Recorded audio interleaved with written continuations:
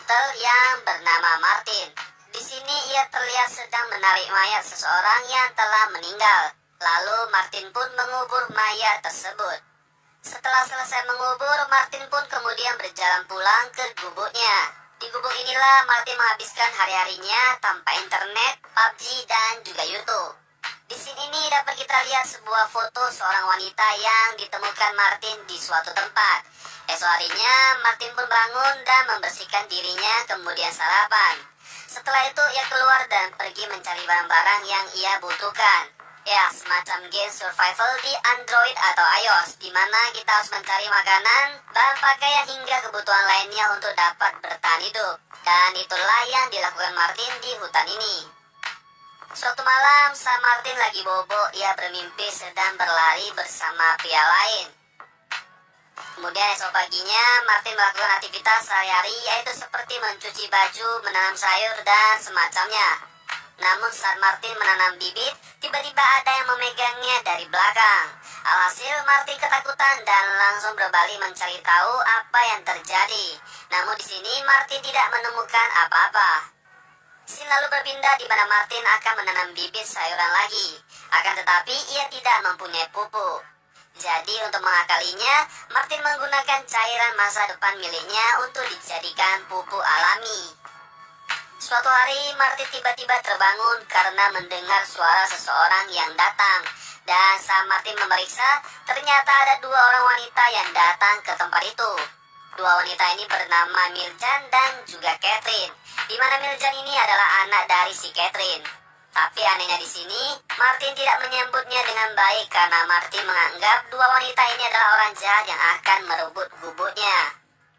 Lalu Catherine pun mulai menawarkan beberapa barang yang ia punya untuk meyakinkan Martin agar bisa menerima mereka di rumahnya dan meminta beberapa makanan. Karena di sini Mirjan dan juga Catherine sangatlah kelaparan. Oh ya cuy, sedikit penjelasan agar kalian lebih memahami alur ceritanya. Di film ini diceritakan bumi dalam ambang kepunahan, di mana tak ada seorang pun yang bisa melakukan kegiatan pertanian karena tidak akan tumbuh. Tapi berbeda dengan Martin yang justru memanfaatkan cairan masa depannya untuk dijadikan pupuk alami. Dan berkat itulah bibit sayuran yang ia tanam dapat tumbuh. Oke lanjut. Singkat cerita, Martin pun mengizinkan mereka berdua untuk masuk. Akan tetapi Martin di sini tetap waspada dengan tidak melepaskan senjatanya. Di sini antara cari kesempatan atau waspada, Martin pun menggeledah tubuh mereka dan untuk mengetahui apakah Martin telah benar-benar aman. Tak lama kemudian, Martin pun membuatkan makanan untuk mereka berdua. Setelah selesai makan, Martin pun menyuruh mereka pergi.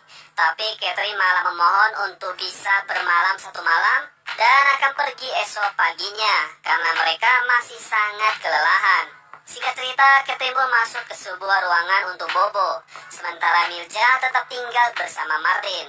Dan karena mereka ini sama-sama kesepian dalam jangka waktu yang cukup lama, akhirnya melampiaskan semuanya malam itu juga.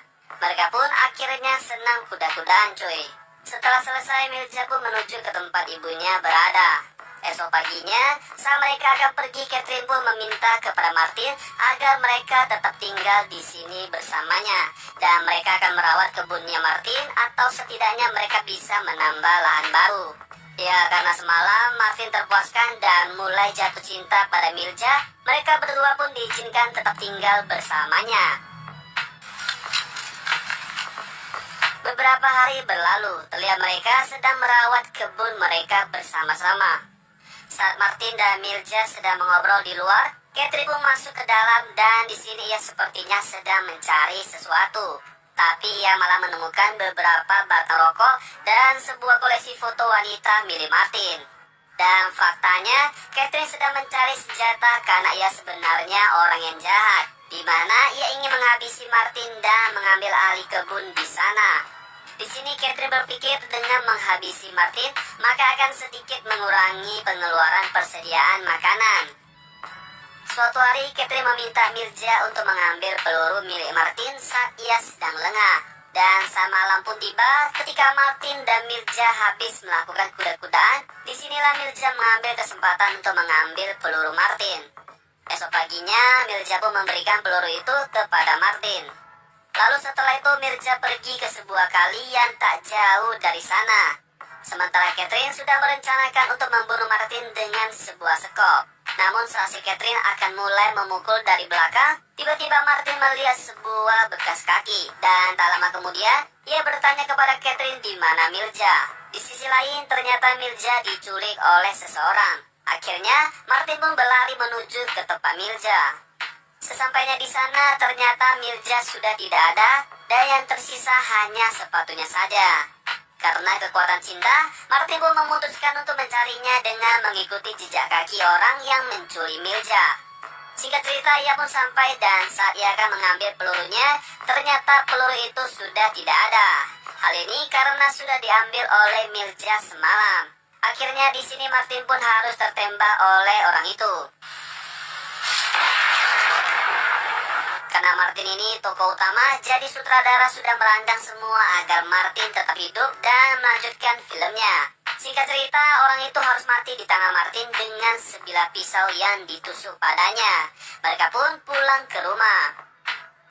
Sesampainya di rumah, Mirza dan Catherine mengobati luka Martin. Di sini mereka berubah pikiran yang awalnya ingin membunuh Martin menjadi sebaliknya. Karena berkat Martinlah, Mirza berhasil selamat dari penculik tadi. Setelah lukanya diobatin, Martin kembali mengurung Mirza dan Catherine. Karena di sini, ia sudah tahu bahwa mereka berdua ini adalah orang jahat. Beberapa hari kemudian, luka Martin semakin parah. Karena tak ada seorang pun yang merawatnya. Alhasil, ia pun melepaskan Mirza dan Catherine untuk merawatnya. Suatu malam saat mereka sedang bubuk, terdengar seperti ada seseorang yang datang. Martin kemudian membangunkan Mirza dan juga Catherine. Dan benar saja, ternyata ada beberapa orang yang datang dan mendobrak pintu rumah mereka.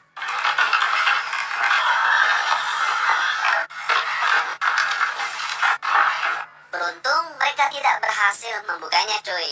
Bisa disimpulkan orang-orang yang datang ini adalah temannya si penculik tadi yang mungkin datang untuk membalaskan dendam pada Martin. Esok paginya kebun milik mereka telah dihancurkan oleh orang-orang itu. Singkat cerita, setelah perkebunan mereka hancur, akhirnya persediaan makanan mereka semakin menipis. Dan disinilah Mirza hamil karena sering kuda-kudaan bersama Martin. Lalu untuk mencari makanan lain, Martin dan Catherine memasang sebuah jebakan untuk menangkap rusa atau kelinci yang lewat di tempat itu. Namun esok paginya saat Catherine memeriksa perangkap itu, ternyata tidak ada apa-apa yang didapatkannya. Akhirnya di sini ia pun pulang dan memerintahkan Mirza untuk membunuh Martin dengan cara meracuninya. Ya, tujuannya tentu karena persediaan makanan yang sudah menipis dan hanya cukup untuk 2 orang saja. Lalu Mirza pun mencari jamur di hutan yang kemudian memasaknya dan mereka bertiga pun memakannya. Esok paginya Catherine menunjukkan gejala-gejala telah keracunan. Dan di sini bisa disimpulkan jika anaknya ini bukan meracuni Martin, malah meracuni ibunya sendiri karena benih-benih cinta Mirza kepada Martin telah tumbuh, ditambah ia telah mengandung anak dari Martin. Catherine yang mengetahui kalau ia telah diracuni tidaklah marah dan ia malah menyuruh Martin untuk menghabisinya saja.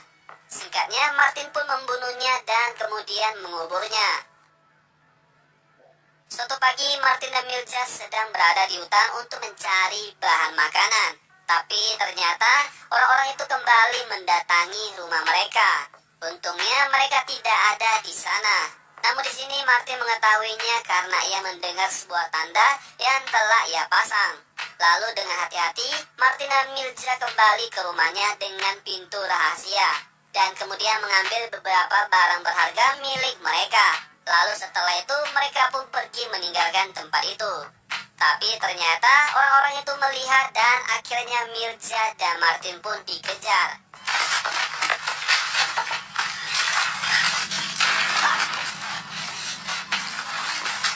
Martin pun melakukan perlawanan. Kemudian di sini ia menyuruh Mirza untuk lari, sementara ia tinggal untuk menghalangi orang-orang itu.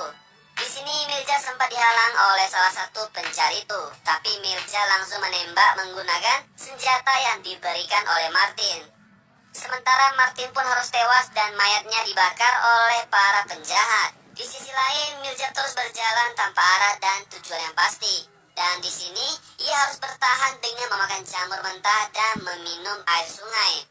Hingga ia benar-benar putus asa, Mirza pun menemukan jalan raya dan tak jauh dari jalan itu ada sebuah tempat isolasi yang dijaga oleh beberapa tentara.